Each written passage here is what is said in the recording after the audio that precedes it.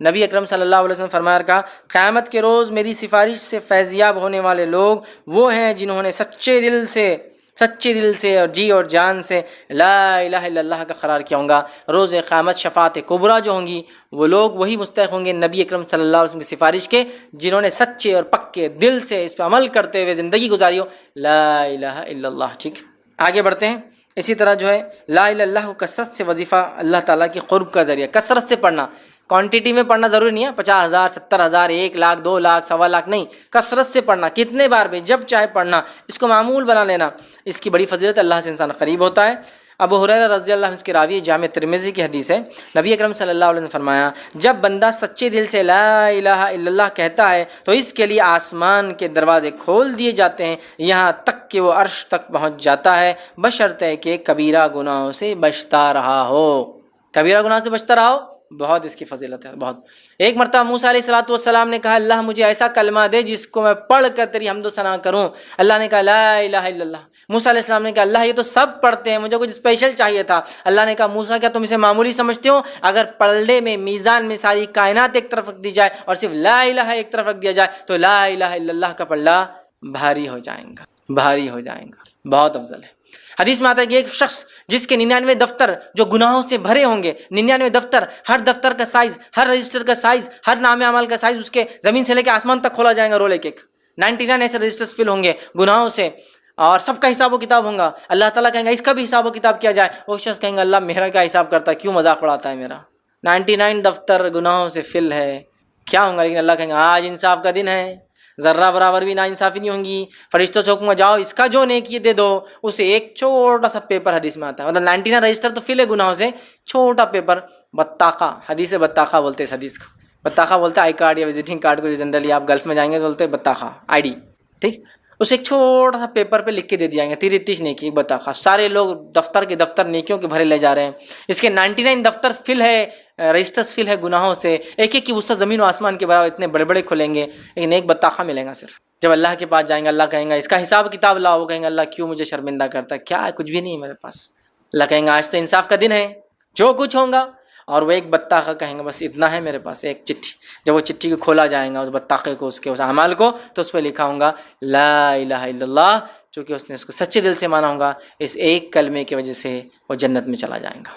یہ کلمہ صرف کلمہ نہیں ہے، یہ کلمہ اپنے ساتھ تقاضے لاتا ہے، اگر یہ کلمہ چابی ہے جس سے جنت کھولی جا سکتی ہے تو ہر چابی کے دانت ہوتے ہیں، کنڈیشنز اس کلمے کے بھی ہیں، خالی لا الہ الا اللہ بولے جنت میں بیٹھا ہوا دیکھ رہے آپ نہیں ہوتا، جیسے ہر چابی کو دانت ہوتے ہیں نا، اس کے کنڈیشن ہے لا الہ الا اللہ کی، ورنہ پڑھ تو سب رہیں، اس کے معنی کو سمجھ کے اس پہ عمل کرنا یہ اصل چیز ہے۔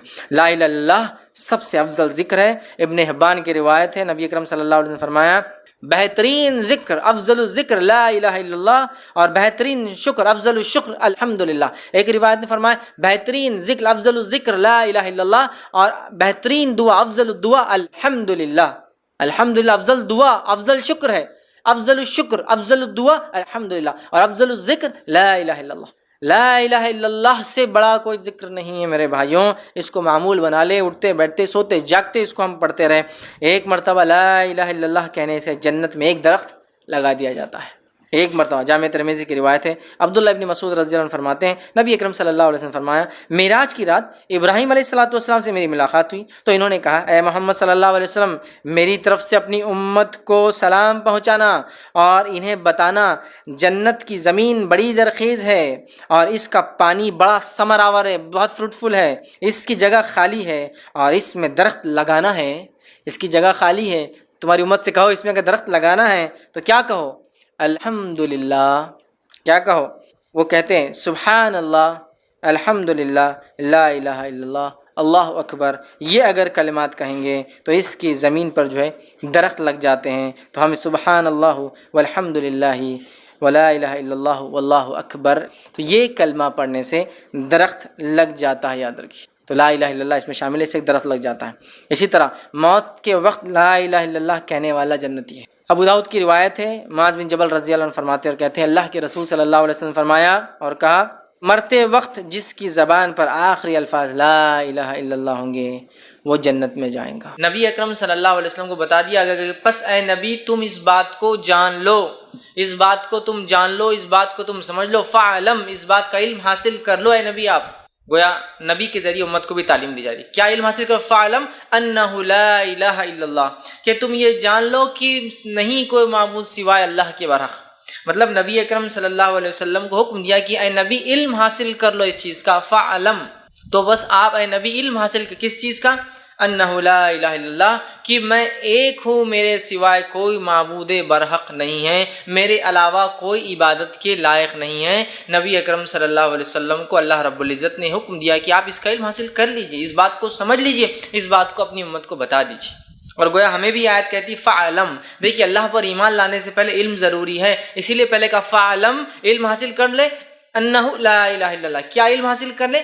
کہ اللہ کے سوا کوئی معبود برحق نہیں، لا الہ، کوئی معبود نہیں سوائے اللہ کے، کوئی عبادت کے لائق نہیں سوائے اللہ رب العزت کے۔ تو گویا توحید کا معاملہ، دین اسلام کا معاملہ علم پر ٹکا ہے، جہالت پر نہیں، اس لیے کہا فعلم، علم حاصل کر لو اس بات کا۔ یہ بہت امپورٹنٹ ایشو ہے، یہ بہت اہم چیز ہے۔ اب اگر کوئی مسلمان کہے نہیں مجھے تو معلوم ہی نہیں تھا یہ شرک ہوتا ہے، مجھے تو معلوم نہیں تھا یہ کلمہ توحید کی اہمیت تھی، یا یہ کلمہ ہے اس کا یہ معنی ہے، تو نہیں چلیں گا، اس لیے کہ جب کوئی انسان اقرار کرتا ہے توحید کا تو فعلم، اللہ نے کہا علم حاصل کر لو اس مسئلے کا، کم از کم لا الہ الا اللہ، یہ سب سے چونکہ بنیادی چیز ہے۔ اگر ایک انسان کو کچھ بھی نہ معلوم ہو اس کے سوا تو بھی کامیابی کے راستے کھلے ہو سکتے ہیں، لیکن سب کچھ بھی معلوم ہو اس کے سوا تو اس کے لیے ناکامیاں ہیں۔ اس کی دلیل یہ ہے کہ آپ صلی اللہ علیہ وسلم فرماتے ہیں قیامت سے پہلے لوگ صرف یہ جانیں گے لا الہ الا اللہ۔ تو صحابہ نے پوچھا اللہ کے رسول یہ کیا فائدہ دیں گا ان کو؟ قیامت سے پہلے لوگ رسول اللہ صلی اللہ علیہ وسلم کو بھی بھول جائیں گے، صرف کیا یاد ہوں گا؟ لا الہ الا اللہ۔ تو صحابہ نے پوچھا اللہ کے رسول یہ کیا فائدہ دیں گا ان کو، کیا کام آئیں گا؟ اور وہ بھی کیا کہیں گے معلوم آپ کو؟ حدیث میں الفاظ ہے، وہ کہیں گے یہ الفاظ ہم نے اپنے بڑوں سے سنے، مانا تو ہم کو بھی نہیں معلوم۔ مطلب وہ لوگ اتنے جاہل ہوں گے کہ کہیں گے یہ الفاظ ہم نے اپنے بڑوں سے سنے، مانا تو ہم کو بھی نہیں معلوم، بس لا الہ الا اللہ۔ تو صحابہ نے کہا اللہ کے رسول وہ کیا فائدہ دیں گا ان کو اتنا؟ تو کہا وہ ان کے لیے نجات کا ذریعہ بن جائیں گا۔ اس لیے میں نے کہا صرف لا الہ الا اللہ کا علم ہو تو آخرت کامیاب ہو سکتی ہے، کامیابی کے دروازے کھلے ہو سکتے ہیں۔ ہاں اس کا ہرگز مطلب نہیں کہ انسان جو اپنے گناہوں کی وجہ سے جہنم میں نہیں جائیں گا، لیکن نجات کبھی نہ کبھی تو ہوں گی۔ لیکن جس کو یہ نہ پتا اور باقی سب پتا ہو تو اس کے لیے ناکامی ہی ناکامی ہے، یاد رکھیے۔ ہاں عذاب ہلکا ہو سکتا ہے لیکن اس کے لیے کامیابی نہیں، اور کامیابی سے مراد میں آخرت کی کہہ رہا ہوں، دنیا کی نہیں۔ دنیا میں تو ہو سکتا ہے دین چھوڑ کے آدمی بہت کامیاب کہلوائے یا کہا جانے لگے یا لوگ پہچانے، لیکن ہم آخرت کی بات کر رہے ہیں۔ تو اگر لا الہ الا اللہ کا بھی علم ہو جائے تو وہ کامیاب ہو سکتا ہے صرف، لیکن اگر یہ علم نہ ہو اور باقی سب بھی ہو تو انسان ناکام ہو جاتا ہے۔ یہ بات بہت اہم ہے اور اس کلمے کو ہم کو یقینی طور سے سمجھنا ہے۔ یہ کلمہ دین اسلام کی روح ہے، یاد رکھیے۔ اب آپ کہیں گے محمد رسول اللہ میں نے کیوں غائب کر دیا اس میں سے؟ میرا عنوان چونکہ ایک وسیع ہے، میں آدم علیہ السلام سے لے کر آسمان تک آ رہا ہوں، ہر دور میں انبیاء کے نام بدلتے رہے، کلمے کی شروعات وہی لا الہ الا اللہ۔ آدم نے بھی لا الہ الا اللہ کہا، نوح نے بھی لا الہ الا اللہ کہا، صالح نے بھی لا الہ الا اللہ کہا، ہود علیہ السلام نے بھی لا الہ الا اللہ کہا۔ تمام انبیاء علیہ السلام جتنے آئے سب کی دعوت لا الہ الا اللہ ہی تھی۔ اس کے بعد وقت اور زمانے کے نبی کے اعتبار سے، وہ نبوت کے اعتبار سے موسیٰ رسول اللہ تھے، کبھی ابراہیم رسول اللہ تھے، کبھی نوح رسول اللہ تھے، کبھی صالح رسول اللہ تھے، کبھی ہود رسول اللہ تھے، وہ بدلتا رہا، لیکن اصل جو چیز رہی جو اہم ہے وہ ہے لا الہ الا اللہ۔ اور چونکہ ہم آخری نبی کی امتی ہے تو ہمارے لیے محمد رسول اللہ اس میں اضافہ ہوتا ہے، ورنہ یہ جملہ لا الہ الا اللہ، یہ کلمہ توحید، یہ شروع آدم علیہ السلام سے یہی رہا محمد صلی اللہ علیہ وسلم تک۔ اسی لیے ہم کلمہ توحید میں صرف اتنا جملہ لائے، ورنہ آپ کہیں گے محمد رسول اللہ کیوں غائب کر دیا؟ چونکہ ہم جب دوسرے انبیاء کی بات کریں گے تو پھر وہاں محمد رسول اللہ کی بات نہیں آئیں گی صلی اللہ علیہ وسلم۔ تو اصل کلمہ جو اہم ہے وہ ہے کلمہ توحید، وہ ہے لا الہ الا اللہ۔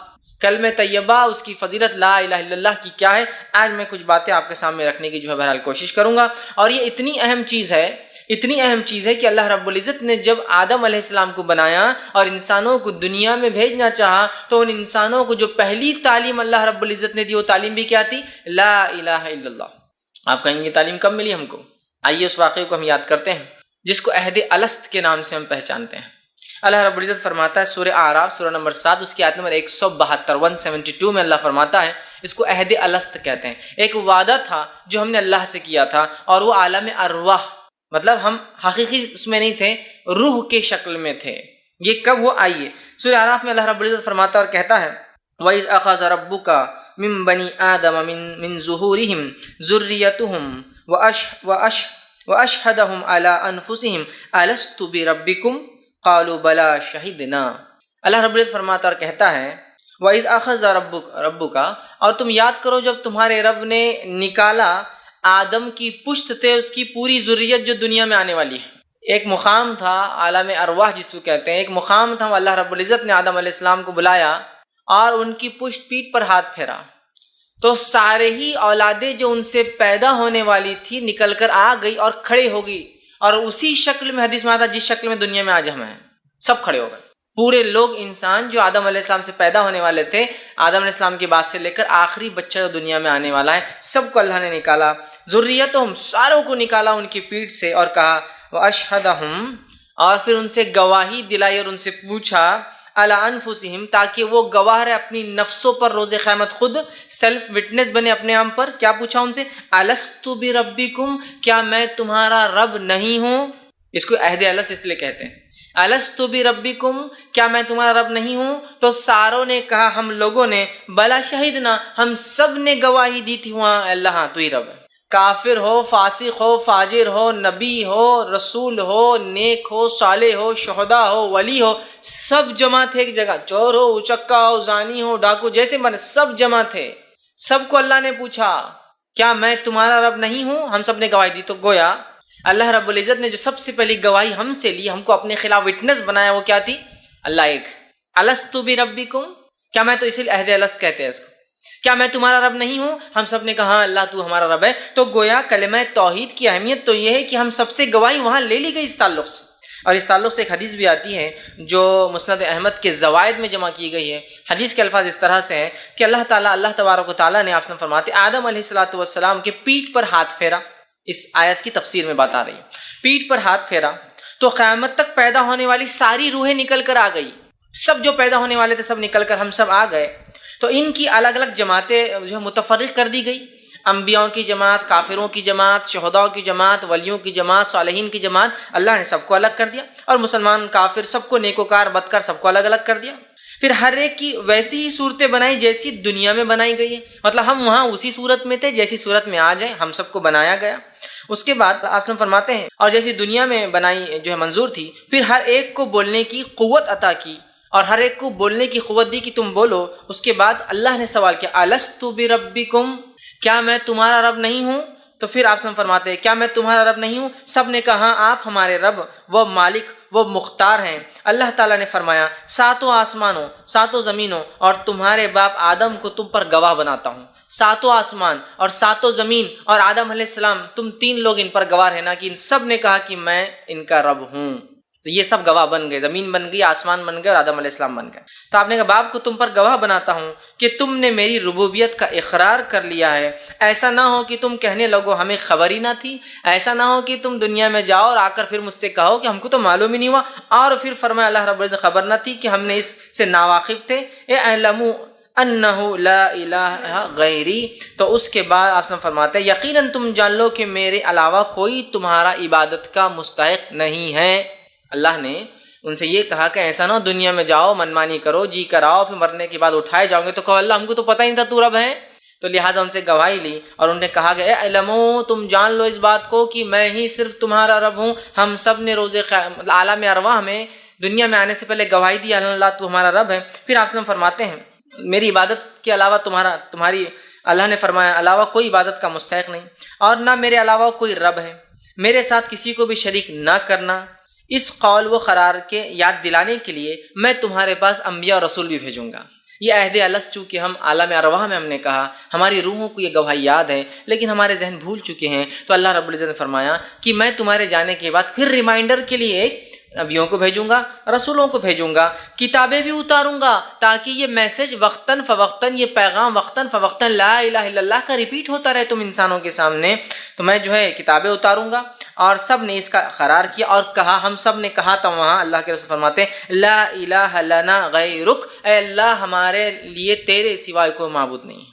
اللہ نے سوال کیا، ہم نے جواب دیا، اللہ نے کہا میرے علاوہ کوئی معبود نہیں، ہم نے کہا ہاں اللہ تیرے علاوہ کوئی معبود برحق نہیں، ٹھیک ہے، عبادت کا کوئی مستحق نہیں ہے۔ اور یہ مسند احمد کے زوائد میں روایت آتی ہے کہ ہم سب نے وہاں گواہی دی تھی، لیکن دنیا میں آنے کے بعد ہم لوگ جو ہے اس چیز کو بھول گئے، یاد رکھیے۔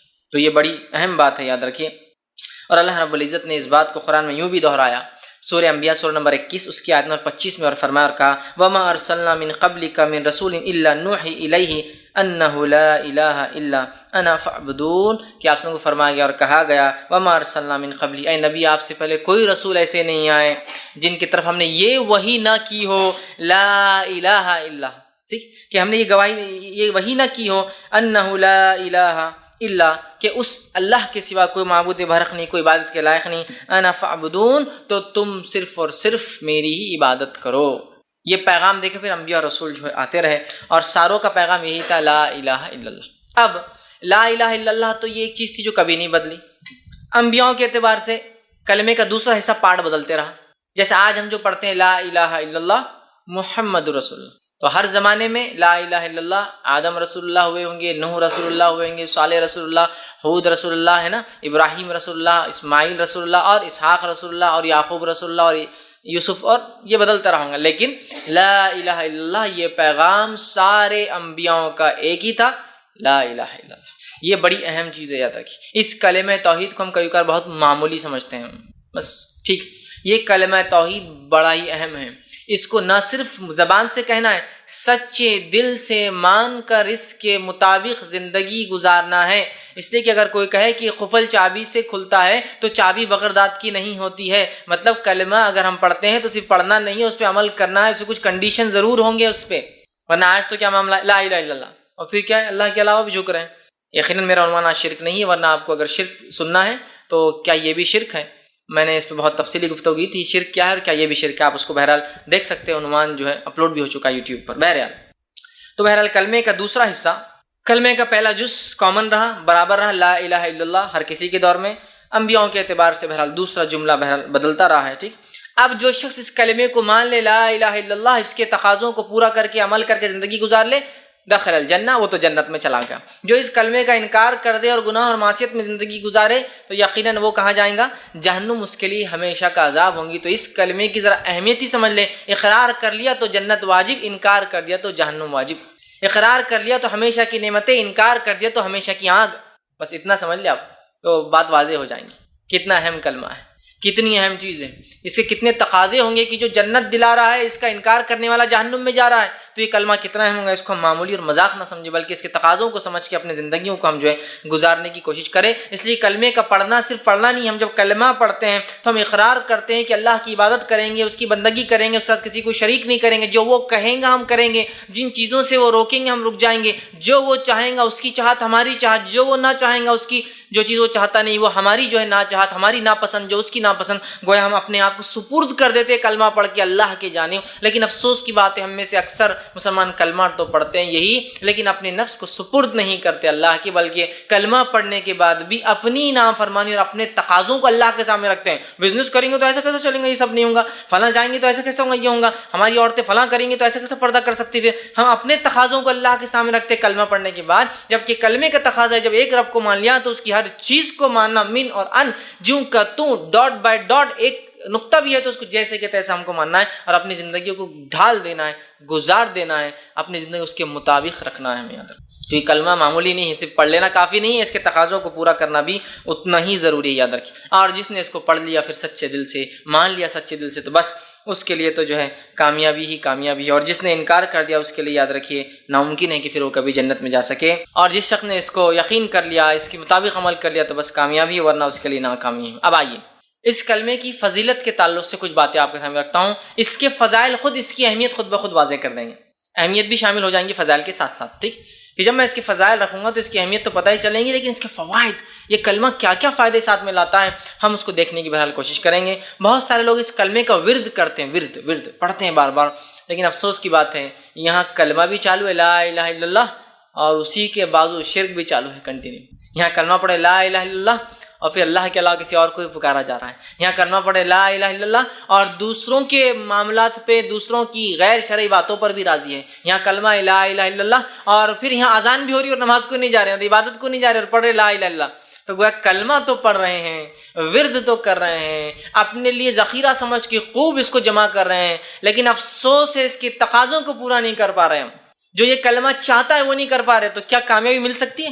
نہیں ملیں گی کامیابی. یاد رکھیں جب تک اس کلمے کے تقاضوں کو بھی ویسا ہی پورا نہ کیا جائے جیسا اس کلمے کو دل سے ہم پڑھ رہے ہیں, بلکہ اس کے تقاضے بڑے اہم ہیں. اس لیے کہ اسلام میں کوئی بھی چیز صرف اگر یہ خالی کلمہ پڑھ دینا کامیابی کی ضمانت ہو جاتی, صرف کلمہ پڑھنا ہی کامیابی کی ضمانت ہو جاتی, تو مشرکین مکہ کو آپ سے لڑنے کی اختلاف کرنے کی وجہ ہی نہیں تھی. پھر سب بولتے لا الہ الا اللہ, ٹھیک ہے ہو گیا محمد, خوش ہو گئے تم, چلو جو کرنا ہے کرو.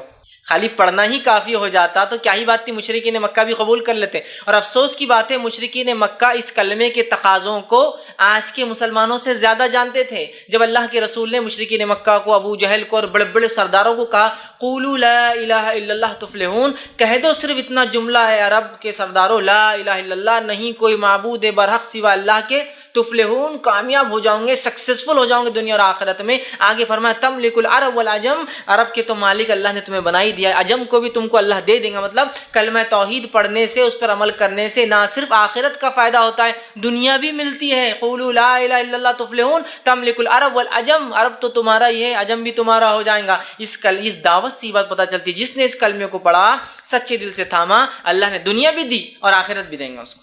تو اب مشرکین مکہ کے لیے کیا مشکل تھی, ہم مسلمانوں کے لیے کتنا آسان ہے, لا الہ الا اللہ ہو گیا. مشرکین مکہ بھی چاہتے تو کہہ دیتے لا الہ الا اللہ, چلو محمد تم نے کہا ہم نے پڑھ دیا. لیکن مشرکین مکہ اس کلمے کے تقاضوں کو جانتے تھے. لا الہ نہیں کوئی معبود, محمد کی دعوت صلی اللہ علیہ وسلم یہ ہے ساروں کا پہلے انکار کرو, فرسٹ ڈینائل ہر کسی کو رد کرو, پھر اس کے بعد ایکسیپٹ کرو, پھر قبول کرو الا اللہ, اور ہم سے 360 چھوٹتے نہیں ہیں یہ. اب مسلمانوں کے لیے کیا ہے, لا الہ الا اللہ اور پھر جھکاوا کہیں اور ہے, لا الہ الا اللہ اور پھر مانگنا کسی اور سے, لا الہ الا اللہ اور اولاد کسی سے طلب کی جا رہی ہے, لا الہ الا اللہ اور مشکل میں کسی کو پکارا جا رہا. مسئلہ یہ ہے نا, مشرکین مکہ اس کے تقاضوں کو, افسوس کی بات ہے, ہم سے زیادہ اچھے جانتے تھے کہ یہ کلمہ صرف کلمہ نہیں, یہ کلمے کے پیچھے کئی کنڈیشنز لاگو ہے. آپ کہیں گے کلمے میں تو لکھا ہوا نہیں ہے سب چیزیں. ارے بھائی میرے, میں ایک مثال دیتا ہوں. ایک انسان نکاح کرتا ہے, نکاح کے دن وہ کہتا ہے کہ قاضی صاحب پوچھتے کیا تم کو قبول ہے, تو وہ لڑکی کہتی ہاں قبول ہے, اور لڑکا کیا کہتا ہاں قبول ہے. اتنا ہی جملہ ہے نا. اب اگر شادی کے بعد لڑکی بولے میرا خرچہ, اور لڑکا بولے میں نے تم کو قبول کیا تھا, خرچہ تھوڑی قبول کیا تھا, شادی کے دن مجھے کہلوایا لگایا تھا قبول ہے, میں نے تھوڑا خرچہ. جب اس نے ایک بار کہا قبول ہے تو خرچہ بھی قبول ہے, اس کا نان و نفقہ بھی قبول ہے, اس کے بچے بھی قبول ہے, اس کے ساتھ زندگی, ہر چیز آٹومیٹیکلی امپلائی کنڈیشن لاگو تھے. اسی طرح جب ہم کہتے لا الہ الا اللہ تو کئی کنڈیشنز آٹومیٹیکلی لاگو ہو جاتے ہیں. ہم کنڈیشنز کو ہٹا کے صرف سمجھ رہے لا الہ الا اللہ کافی ہے بس. اگر میں کہوں ایک چابی سے تالا کھولتا ہے تو چابی بغیر دانت کی نہیں ہوتی, اس میں کچھ کنڈیشنز ہوتے ہیں. تو جب لا الہ الا اللہ کی بات کنڈیشن اپلائیڈ, تو مشرکین مکہ کو معلوم تھا کنڈیشن یہ سب کا انکار کرنا پڑے گا, آباء و اجداد کو چھوڑنا پڑے گا, جو تو ان کے طور طریقے کو, 360 معبودوں کو, اور اپنی پوری خواہشات کو محمد کی لائے ہوئے شریعت کے مطابق ڈالنا ہوگا, جو ہم سے ہونے والا نہیں ہے, لہٰذا انکار. ہمارے لیے کتنا آسان ہے, لا الہ الا اللہ اور منمانی کر رہا ہے. کلمے کا پڑھنے والا اللہ کے علاوہ کسی کے سامنے جھک رہا ہے, یہ بڑی سوچ کی بات ہے. تو مشرکین مکہ سمجھتے تھے. اب آئیے اس کلمے کی فضیلت کیا ہے. کلمہ طیبہ کی فضیلت جو ہے اس کی سب سے پہلے 1 2 3 4 ایسی گنتی میں رکھوں گا, اور انشاءاللہ آج ہم کم و بیش 17 فضیلت اس کے دیکھیں گے, 17. پہلی فضیلت کلمہ طیبہ کی اہمیت بھی شامل ہے, فضیلت لیکن زیادہ ہے. فضائل جاننے سے ہمیں جو ایک ابھار ملتا ہے, ایک اس چیز کی طرف لگاؤ بڑھتا ہے, اور انسان ڈٹ کر وہ عمل کرتا ہے. آئیے پہلی فضیلت کیا ہے, جس کی موت اس کلمے پر ہو جائے وہ جنت میں جائیں گے. یہ پہلی فضیلت ہے اس کلمے کی, لا الہ الا اللہ کی فضیلت. سبحان اللہ, پہلی فضیلت یہ ہے جو یہ پڑھ لے جنت میں جانے والا ہے. بس پڑھ لے کا معنی پھر سمجھ رہے نا, کنڈیشن اور اپلائیڈ. پڑھ لے مطلب اس کے تقاضوں کو پورا کرے, اس کے مطابق زندگی گزار لے, جنت میں جائیں گا. آئیے پہلی چیز, رسول اللہ صلی اللہ علیہ وسلم فرماتے ہیں, صحیح بخاری کی روایت, آپ نے فرمایا اور کہا ما من عبد قال لا الہ الا اللہ, جب کوئی بندہ یا ایسا کوئی بندہ نہیں ہے جو یہ کہتا ہے لا الہ الا اللہ, نہیں کوئی معبود برحق سوا اللہ کے, آپ نے ثم مات علی ذالک, اور اسی پر اس کی موت آ جاتی ہے جو وہ کہہ رہا تھا کہ نہیں کوئی معبود سوا اللہ کے, برحق سوا اللہ کے, ذالک الا دخل الجنہ, تو وہ سیدھا جنت میں چلا جائیں گا. نہیں کوئی ایسا بندہ اللہ کا جو یہ کہہ دے لا الہ الا اللہ، اس کے تقاضوں کو پورا اس زندگی گزار لے، وہ مرنے کے بعد سیدھا دخل الجنہ، جنت میں چلا جائے گا۔ جو اس کلمے کے مطابق زندگی گزارے اور اس کی موت اس کلمے پر ہو جائے وہ جنت میں جانے والا ہے۔ میں نہیں سمجھتا ہوں اس سے بڑی کوئی فضیلت اور کسی کلام کی ہو سکتی ہے کہ جس کلام کو انسان زندگی میں پڑھ لے اور اس کلام کے مطابق، اس کلمے کے مطابق، اس سینٹنس کے مطابق اس زندگی گزرے اور اس کلمے کے ساتھ وہ مر جائے، دنیا سے چلا جائے، دخل الجنہ، جنت میں وہ جانے والا ہے۔ کتنی اہم فضیلت ہے نا۔ جو اس کلمے کو پڑھ کے اس کے مطابق عمل کر لے تقاضوں پہ جنت میں جائیں گا، یہ بہت بڑی فضیلت ہے، یاد رکھیے۔ آئیے اسی طرح اس کلمے کی دوسری فضیلت جو آتی وہ یہ ہے، یہ کلمہ نجات کا ذریعہ ہے، یہ کلمہ نجات کا ضامن ہے، یہ کلمہ سکسیس کی گارنٹی ہے۔ پہلا تو جنت میں جانے کا ہے، دوسرا سکسیس چاہیے، کامیابی چاہیے، کامیابی دنیا کی اور کامیابی آخرت کی، جس کو بھی چاہیے اسے یہ کلمہ پڑھنا، اس لیے کہ یہ کلمہ ضمانت ہے کامیابی کی، سکسیس کی۔ نبی اکرم صلی اللہ علیہ وسلم فرماتے ہیں، مسند احمد کی روایت آپ نے فرمایا اور کہا من قیل من الکلمۃ، آپ نے فرماتے جو میرا لائے ہوا کلمہ پڑھ لے، ٹھیک۔ اس کے پیچھے ایک پس منظر یہ آتا ہے کہ ابوبکر صدیق رضی اللہ عنہ نے ایک مرتبہ آپ صلی اللہ علیہ وسلم سوال کیا اور پوچھا، دریافت کیا، کوشچن کیا کہ اس دین میں نجات کا ذریعہ کیا ہے، اسلام میں نجات کا ذریعہ کیا ہے، مطلب کس چیز کو آپ یہ کہیں گے کہ یہ نجات کا ذریعہ ہے؟ تو آپ صلی اللہ علیہ وسلم نے ان کے سوال کے جواب میں کہا اور فرمایا جو میرا کلمہ جو میں نے لایا ہوں، لا الہ الا اللہ، نہیں کوئی معبود برحق، نہیں کوئی عبادت کے لائق برحق سوا اللہ کے، جو یہ کلمہ پڑھ لے، قبول کر لے، جس کو میں نے اپنے چچا ابو طالب پر پیش کیا تھا اور اس نے اس کا انکار کر دیا تھا، وہ کلمہ ماننے والے کے لیے نجات ہے۔ کون سا کلمہ پڑھنے والے کے لیے نجات ہے؟ آپ سب سے سوال کیا ہو رہا ہے، اے اللہ کے رسول اس دین میں نجات کا کیا ذریعہ ہے، سکسیس کا کیا ذریعہ؟ تو فرمایا جو کلمہ میں لایا ہوں، لا الہ الا اللہ، جو میں نے اپنے چچا پر بھی پیش کیا تھا، افسوس میرا چچا اس چیز پر ایمان نہیں لایا، جو اس کلمے کو پڑھ لے تو تمہارے سوال کا جواب ہے نجات کا یہ کلمہ ذریعہ ہے۔ کلمہ توحید لا الہ الا اللہ، کلمہ طیبہ لا الہ الا اللہ، کلمہ شہادت لا الہ الا اللہ نجات کا ذریعہ ہے، نہیں کوئی معبود برحق۔ کی تو عبادت تو بہت ساری چیزوں کے لوگ کر رہے ہیں نا، اس لیے ہم کہہ رہے ہیں نہیں کو معبود برحق، وہ عبادت تو کرتے ہیں لوگ چیزوں کی لیکن وہ برحق نہیں ہے، وہ صحیح نہیں ہے سوا اللہ، سمجھ رہا؟ تو یہاں آپ نے فرما رہے نجات چاہیے ابو بکر تو وہ کلمہ پڑھو جو میں لایا تھا اپنے چچا پر پیش کیا تھا، لا الہ الا اللہ، تو جنت میں تم جاؤ گے، وہ نجات کا ذریعہ، کامیابی کا ذریعہ بن جائیں گا۔ کون سا کلمہ؟ جو آپ صلی اللہ علیہ وسلم نے اپنے چچا کے اوپر جو ہے پیش کیا تھا، ٹھیک۔ اسی طرح اس کلمے کی تیسری فضیلت یہ آتی ہے کہ یہ کلمہ دنیا کی مصیبتوں سے نجات کا ذریعہ ہے، سبحان اللہ، جنت میں جانے کا ضامن، دنیا میں کامیابی کا ضامن اور آخرت میں نجات کا ذریعہ۔ یہ کلمہ دنیاوی مصیبتوں اور آفتوں سے بچنے کا باعث اور نجات کا بھی یہ کلمہ ہی ذریعہ ہے، لا الہ الا اللہ۔ یہ بڑی اہم بات ہے، یاد رکھیں، اس لیے کہ ہم جو ہے یہ کلمہ جو ہے پڑھتے نہیں ہیں، یہ کلمے کو جو ہے نہ سمجھتے اس کے تقاضوں کو، اور یہ کلمہ جو انسان پڑھ لیتا ہے تو وہ شخص جو ہے اپنے جان و مال کی حفاظت کر لیتا ہے۔ مطلب دنیا میں جو مصیبتوں سے میں نے کہا نجات کا ذریعہ وہ یہ ہے کہ جو شخص یہ کلمہ پڑھتا ہے وہ اپنی جان و مال کو محفوظ کر لیتا ہے، لا الہ الا اللہ، نہیں کوئی معبود برحق سوا اللہ کے، الا اللہ، فمن قالہ فقد عصم منی، جس نے یہ کہہ دیا اس نے اپنی جان اور مال مجھ سے بچا لیا۔ اس لیے میں کہہ رہا ہوں کلمہ توحید لا الہ الا اللہ پڑھنے والے کی جان اور مال محفوظ رہتی ہے، سمجھ رہا؟ جان اور مال اسی کیا ہوتی ہے؟ محفوظ رہتی جو کلمہ توحید کو پڑھتا ہے، اسی وجہ سے میں نے یہ بات لائی، ٹھیک۔ تو وہ اس نے میرے بچا لی، الا بحقی وحسابہ علی اللہ، اور حق کے ساتھ ہم ان کی جان نہیں لے سکتے، اور اگر ان کے دل میں کچھ غیر غلط ہوگا تو اللہ کے پاس ان کا معاملہ ہے، ہم اس معاملے میں گرفت نہیں ہوتی۔ مطلب اگر کسی کے دل میں کوئی چھپا ہو، کوئی منافق ہو تو وہ تو اس کا معاملہ ہے، ورنہ ہمارا تو معاملہ ختم ہو گیا۔ تو گویا کلمہ توحید لا الہ الا اللہ پڑھنے سے دنیا میں مصیبتوں اور پریشانیوں سے اور قتل و غارتگی سے انسان بچتا ہے۔ چوتھا فائدہ اور فضیلت اس کلمہ توحید کی وہ یہ ہے، یہ کلمہ طیبہ جو ہے یہ جڑ ہے اور باقی سارے اعمال جو ہے وہ شاخیں ہیں۔ کلمہ طیبہ اسلام کی ایکچوئل جڑ ہے۔ اسلام اگر ایک جھاڑ ہے تو کلمہ طیبہ لا الہ الا اللہ جڑ ہے، روٹس ہے، اور اس کے بعد جتنے عمل، نماز، روزہ، زکوٰۃ، حج، اچھائی کا حکم دینا، برائی سے روکنا، صدقات اور خیرات کرنا اور نیکی کرنا اور جہاد کرنا اور جو کچھ ساری چیز کی شاخیں ہیں۔ تو کلمہ طیبہ جڑ ہے، روٹ ہے، اور باقی سارے اعمال جو زندگی میں آپ اور میں کرتے اسلام جو حکم دیتا ہے وہ سب کیا ہے؟ برانچز ہے، اس کی شاخیں ہیں اس کی۔ تو روٹ بہت ضروری اچھی ہو ہماری، مضبوط ہو۔ تو آئیے ہم دیکھتے ہیں، اس لیے کہ آپ صلی اللہ علیہ وسلم نے جو ہے حدیث میں فرمایا کہ یہ روٹ ہے جو میں بیان کر رہا تھا، یہ اس کی جڑ ہے اسلام کی۔ اس کے تعلق سے حدیث صحیح بخاری کی روایت آپ نے فرمایا اور کہا ایمان کی 70 سے زیادہ شاخیں ہیں، ان میں سب سے بہترین شاخ لا الہ الا اللہ ہے، اور سب سے چھوٹی شاخ راستے سے تکلیف دہ چیز کو ہٹانا ہے، اور شرم و حیابی ایمان کی ایک شاخ ہے۔ کیا فرمایا؟ ایمان کی 70 سے زیادہ برانچز ہے، ایک روایت میں 77 تک ہے، 70 سے زیادہ 77 برانچز ہے۔ سب سے افضل برانچ اس کی سب سے اعلیٰ ہے لا الہ الا اللہ، اور سب سے ادنا ہے راستے سے تکلیف دہ چیز کو ہٹانا۔ تو گویا لا الہ الا اللہ جڑ ہے اور باقی تمام چیزیں کیا ہے؟ وہ اس کی شاخیں ہیں، یاد رکھیے۔ لا الہ الا اللہ کیا ہے؟ جڑ ہے، اور باقی تمام چیزیں کیا ہے؟ اس کی شاخیں ہیں، یاد رکھیے۔ اسی طرح اس سے فضیلت پتہ دی۔ پانچویں فضیلت کلمہ طیبہ کی وہ یہ ہے، کلمہ طیبہ کی مثال ایک پاکیزہ درخت کی ہے، ایک پاک جھاڑ کی ہے، یاد رکھیے۔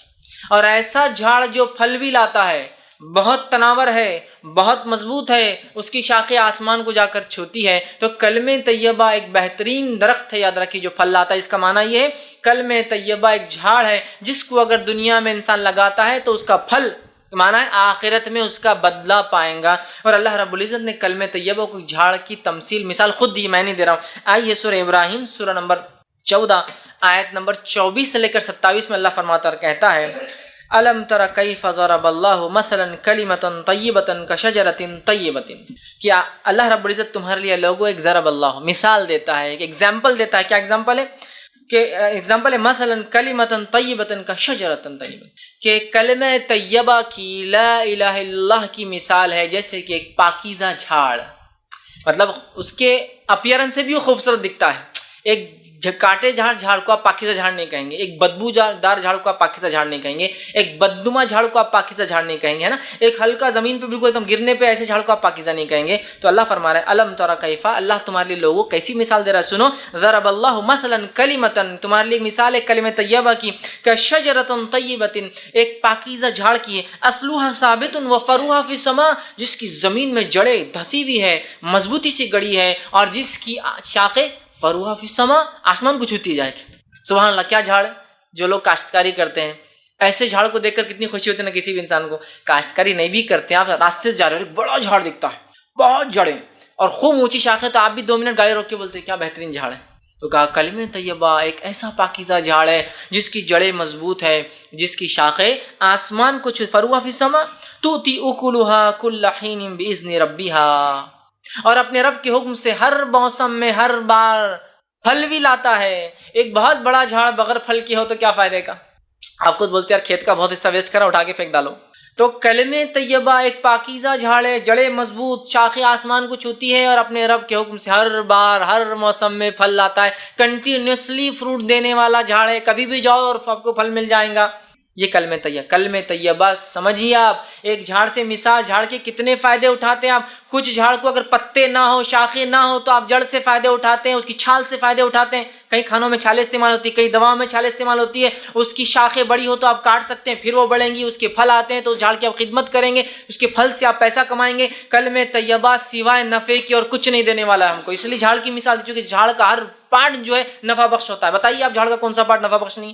جڑیں نکل رہی ہے تو کبھی کوئی دانت اس سے مانج رہا ہے، کبھی کوئی دوا بن رہی ہے، کبھی کسی چیز میں استعمال ہو رہا ہے نا، کبھی چھالیں ہو رہی تو آپ کھانے میں ڈال رہے ہیں۔ دار چینی کیا ہے؟ وہ بھی ایک چھال ہے، بہت سے لوگ مختلف کھانے سے بناتے ہیں۔ لکڑی نکل جائے تو جلانے میں کام آتی ہے، کشتیاں بنتی ہے، دکان بنتے ہیں، گھر بنتے ہیں، مکان بنتے ہیں، سامان بنتا ہے۔ اگر پتے ہیں تو جانور ہمارے کھا کے فائدہ اٹھاتے ہیں، پھول لاتا ہے تو خوشبو ہوتی ہے، دوائیں بنتی ہے، کیا کچھ نہیں ہوتا۔ اس طرح پھل لاتا ہے تو پھل بیچ کے نفع کمایا جاتا، پھل کھا کے فائدہ اٹھایا جاتا، پھل سے بیج نکلتے، بیج سے اور جھاڑ لگایا جا سکتا ہے۔ جھاڑ کبھی بھی نفع بخش ہوتا ہے کسی بھی صورت میں، سوکھا جھاڑ بھی ٹوٹ کے پڑا ہے تو بھی کام کا، اس لیے کہ جلانے میں کام آتا ہے۔ تو کلمہ طیبہ پڑھنے والے کو کبھی نقصان نہیں ہوگا، اس لیے کہ وہ ایک ایسی چیز کو مان رہا ہے جو ایسا درخت ہے جس کی زمین کے اندر جڑیں گڑی، آسمان کو اس کی شاخیں چھوتی ہے۔ اور خاص بات تو یہ ہے پھلدار بھی ہے، اگر اتنا بڑا درخت جو پھل نہ لائے تو آدمی بولتا اکھاڑ دو، دوسرا کچھ لگا دو، چھوٹا پھلدار ہوگا۔ پھل بھی لاتا ہے ایوری سیزن، ہر موسم میں۔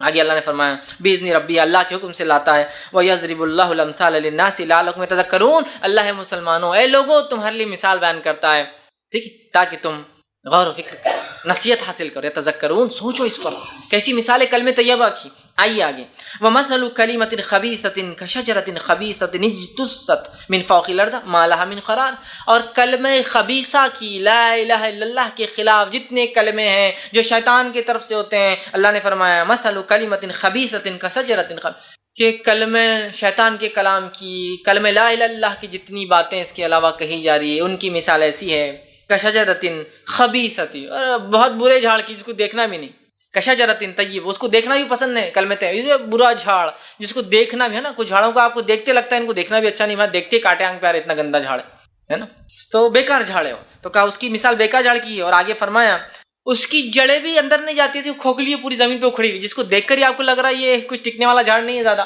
آندھی طوفان مصیبتوں میں کام نہیں آنے والا، اس کو سہارا لینا بولے تو یہ اپنے اوپر گرنے والا ہے، اور وہ خرار بھی نہیں ہے، وہ ایسا جھاڑ ہے کہ کبھی بھی گر سکتا ہے، آپ کو دیکھ کر اس کی جڑوں کی ڈھیل ایسا لگ رہا ہے کبھی بھی گر سکتا ہے۔ اللہ فرمایا ما لہا من قرار، رک بھی نہیں سکتا ہے۔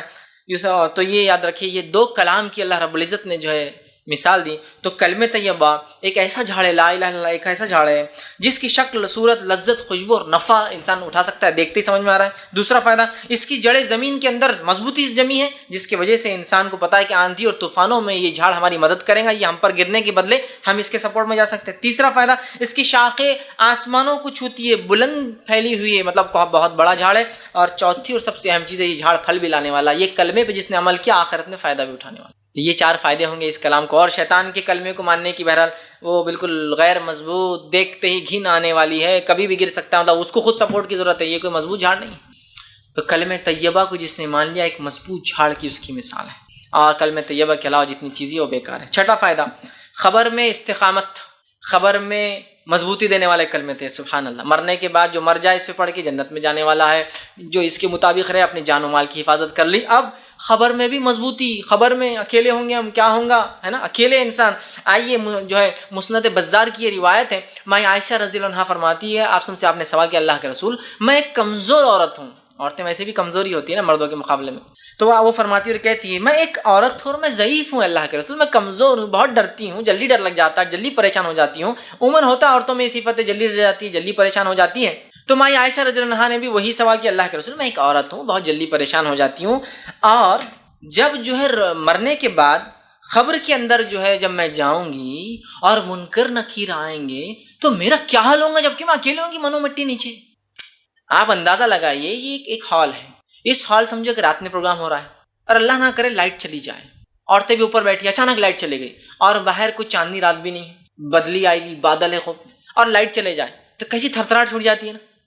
معلوم ادھر بھی عورتیں بیٹھی، ادھر بھی عورتیں بیٹھی، ادھر بھی مرد بیٹھے، ادھر بھی مرد بیٹھے، لیکن ادھر کا بیٹھنے والا آدمی ادھر والے کو چپک جاتا آ کر، ہے نا۔ لائٹ جاتے ہی ایک عورت دوسرے عورت کا ہاتھ پکڑ لیتی، وہ خود جھنجلا کے ارے چھوڑو ہم خود پریشان لائٹ جانے سے، ہے نا، خوف، ڈر، حالانکہ ہم 100 لوگ بیٹھے ہیں، ہم 50 لوگ بیٹھے ہیں، اور لائٹ چلے اندھیرے ڈر۔ تمہیں عائشہ کری اللہ کے رسول خبر، منو مٹی نیچے، ساتھ کوئی نہیں ہے، لوگوں نے مٹی ڈال دی تو ایک روشنی آنے کی بھی جگہ نہیں، ایک ٹمٹپانے والا چھوٹا دیا بھی نہیں ہے، اور میں ایک ضعیف کمزور عورت، اور جب منکر نکیر میرے سامنے آ جائیں گے اور آ کر پوچھیں گے من ربو کا، میں کیا جواب دوں گی؟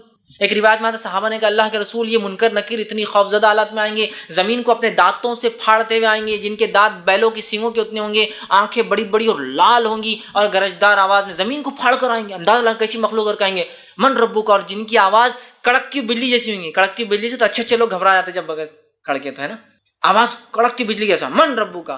صحابہ نے کہا ہم تو پتھر کے بت بن جائیں گے، مٹی کے بت، مطلب ہماری تو کیفیت نہیں ہوگی بولنے کی۔ یہ ہماری عائشہ نے بھی یہ سوال کیا کہ ہم تو جم جائیں گے، ہم تو کچھ نہیں کہہ پائیں گے۔ تو آپ صلی اللہ علیہ وسلم نے یہ آیت تلاوت کی جو سورہ ابراہیم سورہ نمبر 14 آیت نمبر 27 تھی۔ اللہ نے فرمایا یثبت اللہ الذین آمنوا بالقول الثابت فی الحیاۃ الدنیا وفی الآخرۃ ویذل اللہ الظالمین ویفعل اللہ ما یشاء۔ یہ آیت تلاوت کی جو سورہ ابراہیم سورہ نمبر 14 کی آیت 27 تھی۔ کیا فرمایا آپ صلی اللہ علیہ وسلم نے؟ یثبت اللہ الذین آمنوا بالقول الثابت، اللہ رب العزت مومنوں کے قدم کو جما دیں گا قول ثابت سے۔ اور قول ثابت سے مراد کیا ہے؟ اس سے پہلے کی آیت گزر چکی ہے، 27 سے پہلے 26 اور 25 اور 24 ہم نے پڑھی، وہی کلمہ طیبہ کی مثال ایک مضبوط جھاڑ سی ہے جس کی جڑیں زمین میں ہے، اس کے بعد کی آیت ہے بالکل یہ 24 25 26 وہ آیتیں تھی، اور یہ 27ویں آیت۔ کیا فرمایا کہ اللہ کلمہ طیبہ سے مومنوں کے قدم جما دیں گا، یثبت، تو کلمہ طیبہ خبر میں آ جانے والا ہے، اسی وجہ سے ہم مضبوط ہوں گے، اور جس کے کلمہ طیبہ مضبوط نہیں تھا، کلمہ توحید کمزور تھا، خبر میں وہ جواب نہیں دے پائیں گا، اس کے پیر کانپنے لگ جائیں گے۔ تو انہوں نے کہا میں تو ڈر جاؤں گی کہ عورت ہوں میں، تو کہا یہ قول سے، کلمہ طیبہ سے اللہ جنبی قول ثابت فی الحیات الدنیا، اور اس کلمے سے تمہیں صرف آخرت میں نہیں دنیا کی زندگی میں اللہ تمہیں جما دے گا، فی الآخرت، اور آخرت کی زندگی میں جما دے گا، وَيُذِلُّ اللَّهُ الظَّالِمِينَ، اور اللہ تعالیٰ ظالموں کو گمراہ کر دیتا ہے، وَيَفْعَلُ مَا يَشَاءُ، اور اللہ جو چاہتا ہے وہ کرتا ہے۔ سبحان اللہ، کلمہ طیبہ ہی وہ کلمہ ہے جو قبر میں جمانے والا ہے۔ اس کے تقاضوں پر جس نے زندگی گزاری، جو یہ کلمہ چاہتا تھا وہ کیا، بس وہ تو کامیاب۔ قبر میں بھی یہ کلمہ فائدہ دینے والا ہے، اس بات کو یاد رکھیے۔ عثمان بن عفان رضی اللہ عنہ سے ایک روایت ہے، یہ جو ہے سنن ابو داؤد کی روایت ہے، حضور صلی اللہ علیہ وسلم جو ہے میت کو دفنانے سے جب فارغ ہوتے تو وہاں ٹھہر جاتے اور کہتے اپنے بھائی کے استقامت کے لیے، اس کے قدم جمنے کے لیے، اس کے سوال جواب میں آسانی کے لیے، اور اس کے استغفار، اس کے لیے مغفرت کی دعا کرو۔ سوال و جواب میں آسانی کے لیے دعا کرو اور استغفار کرو، تو گویا حکم دیا گیا دعا کرنا چاہیے میت کے لیے کہ اللہ اس کے سوال جواب میں آسانی کرے دفنانے کے بعد، اور اس کے جو ہے استغفار، اس کے گناہوں کو معاف کرے۔ یہ ہمیں کرنا چاہیے، یاد رکھیے، یہ بات بڑی اہم چیز ہے، یاد رکھیے۔ اسی طرح جو ہے ساتواں فائدہ ہے، جامع ترمذی کی روایت ہے، اور ساتواں جو فائدہ ہے، بہرحال ساتواں جو فائدہ اس کلمے کا، اس کی فضیلت ہے، یہ سب سے بہترین ذکر ہے۔ آپ صلی اللہ علیہ وسلم نے فرمایا اور کہا، جامع ترمذی کی روایت ہے، حدیث کے الفاظ اس طرح سے آپ نے فرمایا اور کہا، آپ نے فرمایا تمام ذکر میں سب سے افضل ذکر لا الہ الا اللہ ہے، اور تمام دعاؤں میں سب سے افضل دعا الحمدللہ ہے۔ سب سے افضل ذکر کیا ہے؟ لا الہ الا اللہ، اس سے افضل کوئی ذکر نہیں، کوئی ذکر نہیں، یاد رکھ لیجیے۔ لا الہ الا اللہ سب سے افضل ذکر ہے، ہم اپنی زندگی کا معمول بنا دیں، لا الہ الا اللہ، لا الہ الا اللہ، اٹھتے بیٹھتے سوتے جاگتے کھاتے پیتے آتے جاتے، بس ایک ورد لگا رہے زبان پہ، لا الہ الا اللہ، لا الہ الا اللہ، لا الہ الا اللہ۔ سب سے بہترین ذکر لا الہ الا اللہ، سب سے بہترین دعا الحمدللہ۔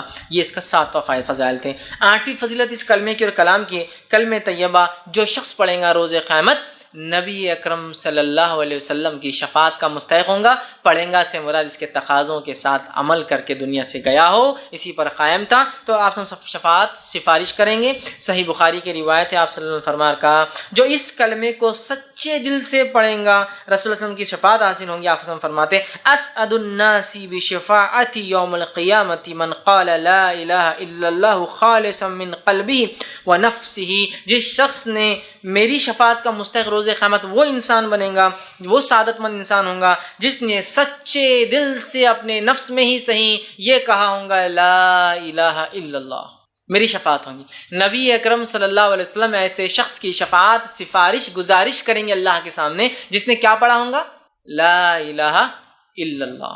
آپ سمجھے شفاعت کے لیے لوگ ترس رہے ہیں، شفاعت کبریٰ ہے یہ، تو پھر اس کے لیے کلمے کو پڑھنا ہے اور کلمے کے تقاضوں کو پورا کر کے دنیا سے جانا ہے، ہمیں یاد رکھیے۔ اللہ تعالیٰ اس کی ہمیں توفیق عطا فرمائے۔ نوواں فضیلت، نائنتھ اس کی فضیلت اس کلمے کی کیا ہے؟ کلمہ طیبہ پڑھنے والا، اس کے عمل کرنے والا دوزخ میں نہیں جائیں گا۔ کلمہ طیبہ پڑھنے والا، اس پر عمل کرنے والا جہنم میں داخل نہیں ہوں گا۔ ابو یعلیٰ کی یہ روایت ہے، ابو ہریرہ رضی اللہ عنہ فرماتے اور کہتے ہیں رسول اللہ صلی اللہ علیہ وسلم فرمایا کہا، تم کثرت سے کلمہ طیبہ پاکیزہ کلام کو پڑھا کرو۔ وہ کیا ہے؟ لا الہ الا اللہ کو پڑھو، کہتے رہو، اس سے پہلے کہ تمہارے پاس اس کلمے اور طیبہ کے درمیان گیپ آ جائے، خلا آ جائے، مطلب موت آ جائے۔ کلمہ طیبہ کو خوب پڑھتے رہو اس سے پہلے کہ تم اور یہ الگ ہو جائے، مطلب موت آ جائے تمہارے اندر، اور اس کے درمیان حائل ہو جائے، یعنی موت آنے سے پہلے اس کو کثرت سے پڑھو۔ اور جو موت کے وقت اس کلام کو پڑھتا ہے، آگے حدیث کے الفاظ ہیں، جو موت کے وقت اس کلام کو پڑھتا ہوا مر جائے انشاءاللہ جنت میں جائیں گا۔ اسی لیے میں نے کہا جہنم سے، دوزخ سے اس کی نجات ہے جس نے کلمہ طیبہ پڑھا۔ اعظم کثرت سے پڑھو اس سے پہلے کہ موت آ جائے، اور جس کا خاتمہ اسی پر ہو جائے، لا الہ الا اللہ پر، تو وہ شخص جو ہے جنتی ہوں گا۔ اللہ رب العزت ہم تمام کو یہ توفیق دے کہ ہم لوگوں کا خاتمہ اسی کلمے پر ہو، جس کا خاتمہ اس کلمے پہ ہو، لا الہ الا اللہ، بس وہ جنت میں جائیں گا، آپ نے فرمایا۔ اسی طرح آپ آگے فرماتے ہیں، مسند احمد کی روایت میں آتا ہے رسول اللہ صلی اللہ علیہ وسلم فرمایا، میں ایک ایسا کلمہ جانتا ہوں جو اس کو سچے دل سے پڑھا اور مر جائے تو دوزخ کی آنکھ اس پر حرام ہو جائیں گی۔ صحابہ نے کہا کیا کلمہ ہے؟ تو کہا لا الہ الا اللہ، دوزخ کی آنکھ حرام۔ یہ کلمہ بڑا اہم کلمہ ہے، یاد رکھیے۔ ہمیشہ اللہ سے حسن خاتمہ کی دعا ہم کرتے ہیں تو یہ دعا ضرور کرے، کلمے سے ہمارا جو خاتمہ ہو، کلمے سے مراد لا الہ الا اللہ، بڑی اہم چیز ہے، جس کا خاتمہ ہو گیا بس جنت میں چلا گیا۔ ایک روایت میں جس کی شروعات پہلا کلام اس کی زندگی کا لا الہ الا اللہ ہو، اور جس کا خاتمہ لا الہ الا اللہ پہ، وہ جنت میں جائیں گا۔ اب ظاہر سے تو پہلی بار جب کوئی کہیں گا تو بچوں کو بہت تربیت دینا پڑے گی کہ پہلی بار بولے تو ممی ڈیڈی چاچا پھپھا یہ وہ بولنے سے پہلے کیا بولے، لا الہ الا، بہت ٹریننگ دینا پڑے گی نا، بچپن سے بولتے رہنا، جب پیدا ہوئے 1 آدھ مہینے بولو بولو بولو، تو جب بولیں گے تو لا الہ الا اللہ بولیں گے۔ اب پہلا کلمہ اور آخری کلمہ بڑی اہم بات ہے، وہ تو جنت میں گئے پھر، ٹھیک۔ 10ویں فضیلت اس کلمے کی جو آتی ہے وہ یہ، کلمہ طیبہ پڑھنے پر آسمان کے دروازے کھول دیے جاتے ہیں اور یہ کلمہ سیدھے عرش تک پہنچ جاتا ہے۔ اس کی خصوصیت اس کلمے کی، آئیے حدیث کے الفاظ سنیے، جامع ترمذی کی روایت ہے، آپ نے فرمایا اور کہا، رسول اللہ نے فرمایا کہ جب بندہ سچے دل سے لا الہ الا اللہ کلمہ طیبہ پڑھتا ہے، لا الہ الا اللہ پڑھتا ہے، تو اس کے واسطے آسمانوں کے دروازے کھول دیے جاتے ہیں اور یہ کلمہ عرش الہی تک پہنچ جاتا ہے، مگر شرط یہ ہے کہ اس کلمے کو پڑھنے والا گناہ کبیرہ سے بچتا رہے۔ تو یہ کلمہ عرش تک پہنچ جاتا ہے سیدھا، مطلب یہ کلمہ ڈائریکٹ میسج ہے، رب کو چلا جاتا ہے سیدھا نکل، آسمان کا کوئی دروازہ اس کو وتھ ہیلڈ روک نہیں سکتا، یہ سیدھے 7واں آسمان کو پار کرتا ہے، رب کے عرش کے پاس چلا جاتا ہے۔ لیکن کنڈیشن یہ ہے اس کلمے کے عرش تک پہنچنے کے لیے کہ انسان کبائر سے، گناہ کبیرہ سے بچتا رہے، ورنہ بڑے بڑے گناہوں سے نہ بچے تو یہ کلمہ عرش تک نہیں پہنچتا ہے، پھر بیچ میں رک جاتا ہے۔ تو یہ کلمے کی پہنچ سیدھا عرش تک ہے، سیدھا اوپر چلے جاتا ہے، وداؤٹ کوئی مطلب ہوتا ہے نا، آپ کو کسی کو SMS بھیجنا ہے، کوئی بڑے آدمی سے بات ہی کرنا ہے تو 10 جھمیلے ہوتے ہیں اس کے پیچھے، رب سے اگر تعلق قائم کرنا ہے تو کلمہ عرش تک پہنچ جاتا ہے، صرف شرط یہ ہے کہ گناہ کبیرہ سے انسان بچتا رہے۔ تو اس کلمے کی پہنچ عرش تک ہے، چونکہ عرش والے کا کلمہ ہے تو عرش تک پہنچ بھی جاتا ہے، بس پہنچانے والا گناہ کبیرہ سے بچتا رہے۔ 11واں اس کی فضیلت اس کلمے کی آتی ہے کہ مرنے والے کے پاس لا الہ الا اللہ پڑھانا چاہیے، اگر پڑھتے ہوئے مر گیا تو جنت میں جائے گا۔ مطلب پہلے تو آ گئی بات مرتے وقت جو پڑھ لے جنت میں، لیکن یہاں اضافہ کیا ہے، مرنے والے کو لا الہ الا اللہ کی تلقین کرنا چاہیے۔ اس سے یہ بات پتہ چل رہی ہے کہ یہ بہت اہم کلمہ ہے، بہت بڑی فضیلت ہے، تبھی تو مرنے کے وقت یہ کہنا ہے ہم کو، کس کو، مرنے والے کو کیا کہنا ہے، لا الہ الا اللہ کی تلقین ہے نا۔ حدیث کے الفاظ دیکھیے، 11ویں فضیلت ہے یہ، طبرانی کی روایت ہے، آپ صلی اللہ علیہ وسلم فرمایا، کہا نبی اکرم صلی اللہ علیہ وسلم فرمایا اور سامنے کہا کہ لا الہ الا اللہ جس نے پڑھا وہ اس کلمہ طیبہ کو سن کر خود بھی پڑھے، مطلب آپ فرماتے ہیں جو مرنے والے کے پاس جائے اور اس کے پاس جا کر لا الہ الا اللہ پڑھے اور اس مرنے والے کو تلقین کرے، خود بھی پڑھے اور اس کو تلقین کرے، اگر یہ موت کے وقت پڑھتا ہوا مر گیا تو جنت میں ہوگا۔ صحابہ نے سوال کیا، رضوان اللہ تعالی اجمعین نے سوال کیا کہ عرض کیا ہے رسول اللہ صلی اللہ علیہ وسلم، اگر کوئی تندرستی کی حالت میں اس کو پڑھے؟ تو آپ نے کہا پھر تو یہ سب سے اچھی چیز ہے، لیکن جب کوئی مرنے کے وقت ہو تو ہم اس کے پاس جائیں، جا کر اس کو لا الہ الا اللہ لا الہ الا اللہ لا الہ الا اللہ کہیں، ہمارے پڑھنے سے ہو سکتا ہے اس کے زبان سے بھی وہ لفظ نکلے لا الہ الا اللہ، تو وہ ایسا انسان جس کا کلام لا الہ الا اللہ آخری اور جس پر اس کی موت آ جائے وہ جنت میں جانے والا ہے۔ تو میت کے پاس لا الہ الا اللہ کی تلقین کرنا ہے، زمین جائیداد کا نہیں پوچھنا ہے، پراپرٹی کس سے ڈسٹریبیوٹ نہیں پوچھنا ہے، وہ زمین کا کیا کرنا ہے، یہ پلاٹ کچھ نہیں پوچھنا ہے ان سے، بچوں کی شادی کیسے کریں گے کچھ نہیں پوچھنا ہے، سوائے اس چیز کی تلقین لا الہ الا اللہ۔ کچھ کھلائیے پلائیے بھی مت، بہت سارے لوگ یہ غلطی کر دیتے ہیں موت کے وقت، آخری ٹائم پہ دودھ پی لے تو کوئی فضیلت نہیں ہے، آخری ٹائم پہ پانی پی لے تو کوئی فضیلت نہیں ہے، آخری ٹائم پہ کلمہ پڑھ لے تو سب کچھ ہو گیا، یہی تلقین کرنا لا الہ الا اللہ۔ تو کہا جس کا آخری کلام یہ ہو جائے، زندگی میں پڑھے تو بہت افضل ہے، وہ تو اچھا آپ نے فرمایا، لیکن جو مرے اور مرتے وقت کا زبان سے تلقین کرو، تم بھی پڑھو، اور اگر وہ پڑھ لے اس کی زبان سے نکل جائے تو بس پھر تو وہ کیا ہوگا، جنت میں جائیں گا۔ اسی طرح جو ہے ایک اور روایت کے اندر آتا ہے جو کہ بخاری کی روایت ہے، جو ہے حضرت عتبہ بن مالک رضی اللہ عنہ اس کے راوی وہ کہتے ہیں، آپ نے فرمایا اور کہا جو اللہ کی رضامندی کے لیے کلمہ طیبہ لا الہ الا اللہ پڑھے، قیامت کے دن دوزخ کی آگ اس پر حرام ہو جاتی ہے۔ یاد رکھیے بخاری کی روایت، دوزخ کی آگ اس پر حرام ہو جاتی، پہلے بھی آئی یہ بات، اور اگر مرتے وقت پڑھ لے تو جنت اس پر واجب ہوتی۔ 12ویں اس کی فضیلت اس کلمے کی ہے، کلمہ طیبہ کا پڑھنے والا جہنم سے نکالا جائے گا۔ اب چلے گیا کوئی انسان جہنم میں، گناہ گار تھا چلے گیا اور بھگت رہا ہے سزا جہنم کی، تو نکلنے کا سامان بھی کلمہ طیبہ ہے، مرتے وقت پڑھ لے تو جنت، پڑھ لیا تو جہنم حرام ہو گئی۔ موت کے وقت پڑھا جانا چاہیے، قبر میں آ کے کلمہ آپ کو جو ہے ثابت قدم رکھیں گا، مر گیا انسان گناہ گار تھا، گناہوں کی سزا بھگت رہا ہے، لیکن اگر کلمہ طیبہ پڑھا ہوں گا تو نکلنے کا راستہ باقی ہے، ابھی اس نے اپنے لیے راستہ باقی رکھا۔ حدیث کے الفاظ سنیے، آپ صلی اللہ علیہ وسلم نے فرمایا، مستدرک حاکم کی روایت، آپ نے فرمایا اور کہا اخرجوا من النار من قال لا الہ الا اللہ وفی قلبہ ذرۃ من الایمان۔ اللہ رب العزت روز قیامت کہیں گا فرشتوں سے، اے فرشتوں اخرجوا من النار، نکال لاؤ ناک سے ان لوگوں کو، کن لوگوں کو، من قال لا الہ الا اللہ، جس مطلب لوگ نکلتے جائیں گے سائے بھگت کے، لیکن اللہ ایک ٹائم اعلان بھی کریں گا، نکال لو بس ان لوگوں کو جہنم سے جس نے کیا کیا ہو، من قال لا الہ الا اللہ، جس نے لا الہ الا اللہ کہا ہو، فی قلبہ، زبان سے نہ بھی کہا ہو تو دل میں تو کہا ہو، کم از کم ایسا بھی لا لو اٹھا کر، اللہ تعالیٰ تو اپنے بندوں کو سزا نہیں دینا چاہتا نا، مغفرت کر. تو جاؤ لے کر آؤ، جس نے لا الہ الا اللہ کہا ہو منہ پہ نہیں تو دل میں کہو، لاؤ فی قلبی، اس کے دل میں کبھی پڑھاؤ، لے کر آؤ نکال کر اس کو. فی قلبہ ذرۃ من الایمان، اور اس کے پاس ذرہ برابر بھی اگر ایمان ہوگا تو لاؤ. ہاں خالی وہ وربل پڑھنے والا نہیں تھا، ایک باری پڑھا ہو لیکن اس کے دل میں ایمان ہو. ذرہ برابر ایمان سے کیا مراد ہے؟ بہت سے لوگ بولتے ہیں حدیث میں ذرہ برابر ایمان جنت میں جائیں گا، تو اس کا کیا معنی ہے؟ اس کا معنی یہ ہے ایمان تو مکمل تھا، عمل نہیں کرنے کی وجہ سے ذرہ کہا گیا اسے، ورنہ اگر ایمان میں کوئی کمزوری آئے تو کبھی جنت میں نہیں جائیں گا انسان. یہ بات لکھ کے رکھ لیجیے. تو ذرہ برابر کیوں کہا گیا؟ ایمان تو مکمل ہو اس کا، لیکن عمل نہیں کرنے کے وجہ ذرہ کے لفظ استعمال کیے گئے. بہت سے لوگ بولتے ہیں اپن ایمان کیسا بھی رہے چل جا، ذرہ کا لفظ ہے نا، ذرہ تو ہے اپنے پاس. نہیں، ذرہ سے مراد ایمان مکمل تھا، جیسا ہونا ویسا تھا، لیکن اعمال نہیں ہونے میں ذرہ کہا جا رہا ہے اس حدیث میں. تو کہا ذرہ برابر ایمان ہو اور دل میں لا الہ الا اللہ کہا ہو، اس کو نکال کے لاؤ. اخرجوا من النار من قال لا الہ الا اللہ، نکال لاؤ اس کو جس نے لا الہ الا اللہ کہا ہو. پھر آگے فرمایا وذکرنی، اور میرا کبھی ذکر کیا ہو، وخافنی فی مقام، اور کبھی میرے سامنے کھڑے ہونے سے ڈرا ہو. ان سب کو لاؤ، دل میں پڑھا ہو، کبھی منہ سے کہا ہو، اور میرا ذکر کیا ہو کبھی، اور میرے سامنے کھڑا ہونے سے ڈرا ہو. یہ سب لوگوں کو نکال کے لا لو اور فرشتے جا کر نکال کے لائیں. 13واں فائدہ اس کلمے کا لا الہ الا اللہ کے فوائد اور اس کے فضائل جو ملتے ہیں وہ یہ ہے، جو شخص 10 مرتبہ اس کلمے کو پڑھیں گا وہ اس کی مثال ایسی ہے جیسے کہ اس نے جو ہے 4 غلاموں کو آزاد کیا. حدیث میں الفاظ یوں آپ فرماتے ہیں، جو شخص لا الہ الا اللہ وحدہ لا شریک لہ لہ الملک ولہ الحمد وہو علی کل شیء قدیر، لیکن اس میں بھی لفظ لا الہ الا اللہ وحدہ لا شریک، نہیں کوئی معبود حق سوا اللہ رب العزت کے، وحدہ وہ ایک ہے، لا شریک لہ اس کے ساتھ کوئی شریک نہیں، اس کا کوئی ہمسر نہیں، اس کا کوئی برابر نہیں، اس کے لائق کوئی عبادت میں نہیں ہے، اس کی کوئی صفات نام اور صفات کسی کی وجہ سے نہیں ہے. لا شریک، کوئی شریک نہیں. لہ الملک، اسی کے لیے ساری ملکیت ہے، والحمد، تمام تعریف ہے اسی کے لیے، وہو علی کل شیء قدیر، وہ ہر چیز پر قادر ہے.